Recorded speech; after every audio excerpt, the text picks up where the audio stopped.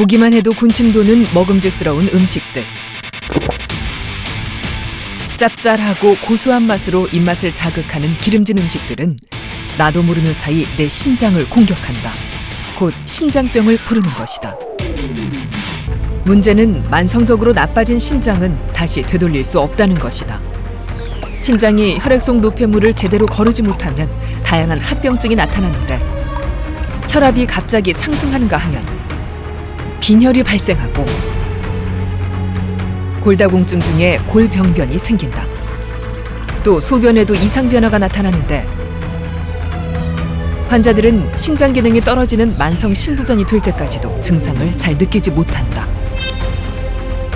대개 한 15%, 20% 정도까지 나빠지기 전까지는 대부분의 경우는 증상이 별로 없습니다.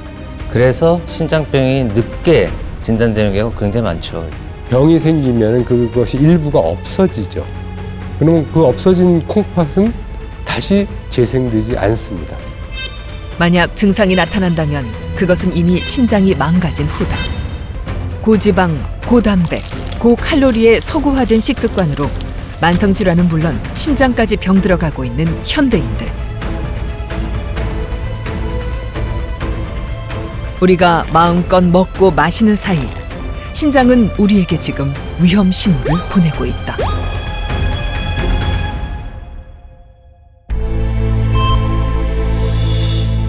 근데 제가 기억나는 환자는 아침에 멀쩡히 출근을 해서 회사 나가서 쓰러졌어요.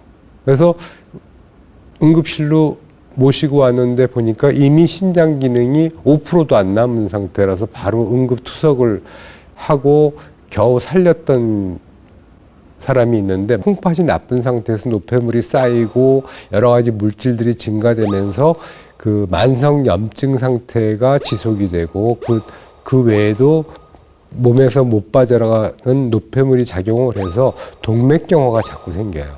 투석하는 환자들의 가장 많은 사망 원인이 심혈관계 합병증입니다. 등 아래쪽엔 어른 주먹 크기만 한 두 개의 신장이 존재한다. 신장은 다양한 기능을 하는데 우리 몸속 염분과 수분을 조절하고 조혈 호르몬을 분비해 적혈구 생성을 돕는가 하면 혈압을 조절한다. 또 비타민 D를 활성화시켜 뼈의 대사에도 영향을 미친다. 특히 신장은 노폐물 배설이라는 중요한 기능을 하는데, 모세혈관이 뭉쳐진 사구체라는 미세한 필터를 통해 혈액 속 각종 노폐물이 걸러지고 필요한 물질은 다시 혈액 안으로 들어가게 된다. 신장 기능에 이상이 생기면 합병증과 혈관 질환이 발생해 생명이 위협받게 된다. 고혈압이 있는 경우 신장의 사구체 모세혈관이 높은 압력을 받게 되면 혈관벽이 두꺼워지면서 신장 혈관이 파괴된다. 또 반대로 신장 기능에 이상이 생겨 고혈압이 발생하기도 하는데, 이처럼 혈압의 변화는 주목해야 할 신장 건강의 위험 신호다. 혈압이 높아지면은 그걸 떨군다든지 아니면 낮아지면 올려주는 그런 역할들을 하고 있는데, 신장 기능이 떨어지게 되면은 그런 혈압 조절 기능이 떨어지기 때문에 보통 신장병 환자의 한 70~80%는 고혈압을 동반하게 되죠. 세계보건기구가 권장하는 하루 평균 소금 섭취량은 약 6g. 그러나 한국인은 약 3배에 이르는 소금을 섭취하고 있다. 염분은 적정량을 벗어나 섭취하는 경우 문제가 된다. 지나친 염분은 갈증을 유발해 수분 섭취를 늘어나게 하고, 이 때문에 체내 염분과 수분의 양이 증가하면서 심박출량이 변화되어 혈압이 상승하게 된다. 심장에 과부하는 심장 기능을 저하시키고 고혈압이 지속돼 신장 기능에도 영향을 미치게 되는데, 관리하지 않을 경우 신부전을 유발할 수 있다. 만약 짠 음식을 먹고 난 후 하루 이틀이 지나도 부종이 사라지지 않는다면 신장병을 의심해 볼 수 있다. 보통 우리나라 음식들은 첫 번째는 뜨거운 게 보통이죠, 그죠? 뜨거울 때는 짠맛을 잘 모릅니다. 근데 서양 음식들은 되게 차가운 경우가 많고, 그런 경우에 소금이 조금만 들어가도 짜다고 느끼게 됩니다. 두 번째는 우리나라 음식들의 김치나 이렇게 그 염장 음식들은요, 세포 내에 소금이 이미 들어가 있기 때문에 겉으로 봐서는 짠맛을 잘 몰라요. 곰탕이나 설렁탕에다가 소금을 한 숟갈을 넣고서 먹어도 실제로 안 짠데 먹은 거는 소금 한 숟갈이거든요. 국물을 안 마시고 건더기만 먹어도 소금은 상당히 줄일 수가 있을 거라고 봅니다. 식습관만 개선해도 신장 기능이 나빠지는 걸 예방할 수 있는데 그렇다면 어떻게 염분을 줄일 수 있을까? 먼저 조미료 사용량을 줄여야 한다. 소금은 작은 숟가락의 3분의 1, 간장은 작은 숟가락 하나 정도, 된장이나 고추장은 큰 숟가락의 2분의 1을 사용하는 것이 한 끼 섭취량으로 적당하다. 생선구이를 할 때는 소금 대신 마늘, 생강, 후추 등으로 간을 한 후 저염식 소스에 찍어 먹게 되면 염분을 줄일 수 있다. 당뇨로 인해 혈액 내 고농도의 포도당이 흐르면 대사성 부산물들이 쌓이게 되고 이런 노폐물로 인해 사구체 내 모세혈관이 굳게 된다. 결국 혈액을 여과시켜야 하는 신장이 기능을 잃게 되면서 투석 단계에 이르게 된다. 우리나라에서는 제일 많은 원인이 요즘엔 당뇨입니다. 당뇨. 안 만들어져야 되는 세포의 기질이 과도하게 만들어진다든지 그런 영향입니다. 신장을 대신하는 치료, 그게 이제 투석 치료인데요.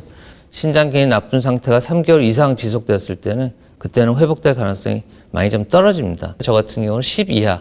그럴 때 됐을 때는 투석이나 이식에 대한 그런 준비를 미리미리 좀 해놓으시는 게 좋을 것으로 생각됩니다. 신장은 혈액 속의 노폐물을 걸러내 소변으로 배출하는데 이 여과 기능을 돕는 것이 바로 사구체다. 사구체를 통해 혈액의 노폐물이 걸러지는 양을 측정한 것이 바로 사구체 여과율로 1, 2단계에서는 특별한 증상이 나타나지 않으며 고혈압, 당뇨, 단백뇨 등 원인 치료에 주력하게 된다. 신기능이 60% 미만인 3단계부터 신기능 저하가 발생하게 된다. 신기능이 30% 미만인 4단계부터는 신기능 저하로 인한 증상이 나타난다.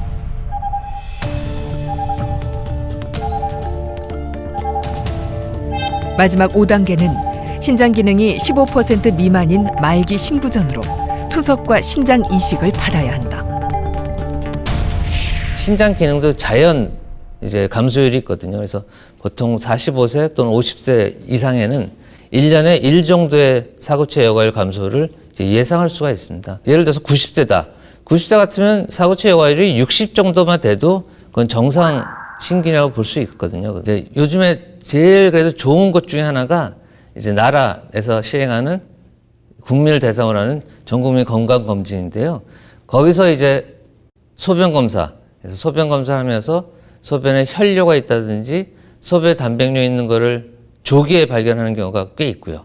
그 다음에 혈중에서는 크레아틴을 측정합니다. 크레아틴이라는 거는 근육에서 만들어진 물질인데 그게 신장만을 통해서 배설되는 물질입니다. 크레아틴이 정상이 보통 1, 여자분들 같으면 0.9 피검사와 소변 검사를 하면은 신기능이 떨어져 있다든지 아니면 신장병이 의심되는 거를 알 수가 있습니다. 기능의 50% 이상을 상실해야 나타나는 요독증은 한밤중에 일어나 소변을 자주 보게 되고 소변에 거품이 많이 나는가 하면 혈압이 높아지고 눈 주변이나 손발이 붓는다. 또 전신에 가려움증을 동반하게 되는데 구토 증상에 입맛이 없고 쉽게 피로감을 느끼게 된다. 일반적으로 소화 불량, 소화 잘 안 되고 입맛 떨어지고 미식미식하고 토하고 그래서 그냥 일반 내과 또는 소화기 내과를 방문해서 내시경을 하는 경우 우연히 피 검사를 같이 했을 때 발견되는 경우가 많고요. 전형적인 단백뇨에 의한 거품은 물을 내렸을 때 그 뽀글뽀글한 거품이 없어지지 않고 오히려 거품이 더 많아지는 게 특징입니다. 소금 섭취가 평소보다 많았을 때 부을 수가 있거든요. 그런 경우는 대개 하루 이틀 정도 지나면 콩팥에서 그걸 알아서 신장에서 알아서 소금을 배설을 증가시키고 그래서 부종이 저절로 사라집니다. 그런데 콩팥이 나빠서 붓는 경우는 그 부종이 사라지지 않고 점점 심해지는 열흘이 지났는데 한 5kg가 증가됐다는 이건 명백하게 문제가 있는 거죠. 칼륨이 많은 음식, 예를 들어서 과일이나 생야채 같은 걸 많이 섭취했을 때 혈중 칼륨이 높아지면은 결국은 급성 심정지, 그러니까 심장 발작이 일으키면서 심장에 갑자기 부정맥이 생기면서 심장이 안 뛰게 됩니다. 그러니까 아주 위험한 상태가 되는 거죠. 콩과 견과류, 각종 과일과 채소에 많이 들어있는 칼륨은 정상인이 적당히 먹으면 몸에 좋지만 신장 질환이나 투석 환자가 섭취할 경우 문제가 발생할 수 있다. 칼륨은 심장의 근육 수축과 이완에 영향을 미치는데 신장 기능이 비정상인 경우 혈액 내 칼륨 농도가 높아 심장 박동이 불규칙해지는 부정맥이 유발되고 심한 경우 심장 마비로 사망에 이를 수 있다. 예를 들어서 그 콩팥 나쁜 사람들이 아무 생각 없이 뭐 주스 2잔을 갖다가 마셨다. 그거로 죽을 수도 있어요. 먹었을 때 흡수가 빨리 되기 때문에 혈중 농도를 급격하게 올릴 수가 있어요. 칼륨은 우리가 항상 그 투석하는 환자들의 식이 교육을 할 때 가장 중점을 줘서 하는 것이 칼륨 제한식입니다. 그렇다면 어떻게 먹어야 하는 것일까?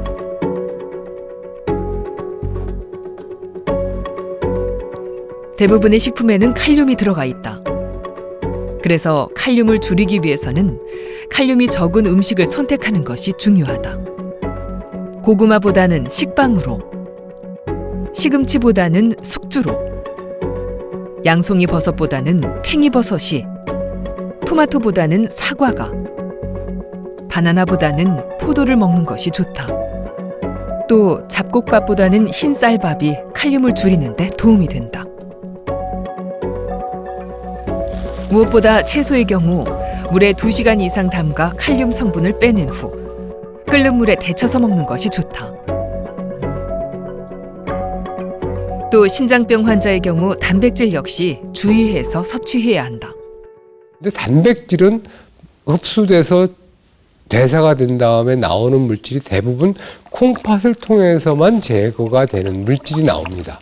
그래서 단백질 흡수를 많이 하고 섭취를 많이 하면 콩팥이 그만큼 부담이 되기 때문에 단백질 섭취는 어느 정도 제한해 주는 것이 좋겠다 하는 거죠.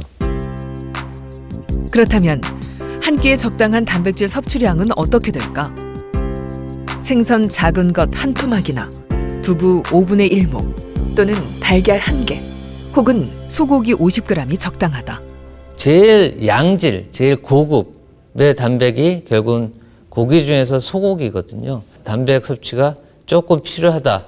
그럴 때는 양질의 단백, 그래서 주로 소고기, 살코기 쪽을 좀 드시도록 말씀을 드리고 있습니다.